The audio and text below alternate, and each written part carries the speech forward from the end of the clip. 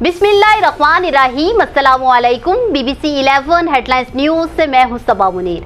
नाजरीन, आपको अपडेट करें कराची से, जहां हमारे नुमाइंदा खुसूसी जावेद इब्राहिम मंगी के मुताबिक कराची में पुलिस एहलकारों का शॉर्ट टर्म किडनैपिंग में मुलविस होने का एक और वाकया सामने आ गया। सचल थाने की हदूद में सफूरा गोट के करीब कबाड़ी को बगैर नंबर प्लेट पुलिस मोबाइल में अगवा किया गया। पुलिस एहलकार कबाड़ी बिलाल को आंखों पर पट्टी बांधकर घुमाते रहे और पुलिस ने कबाड़ी से उसके मामू को फोन कराया और रकम मंगवाई, जबकि कबाड़ी के रिश्तेदारों ने 25,000 तवान अदा करके उसे छुड़ाया। आपको बताएं कि कबाड़ी बिलाल ने वाक़े के खिलाफ दरखास्त दे दी है और वाक़े की इंक्वायरी की जा रही है। पुलिस हुकाम के मुताबिक मुलविस एहलकारों को मुअत्तल करेंगे। न्यूज़ स्टूडियो से फिल वक्त इतना ही।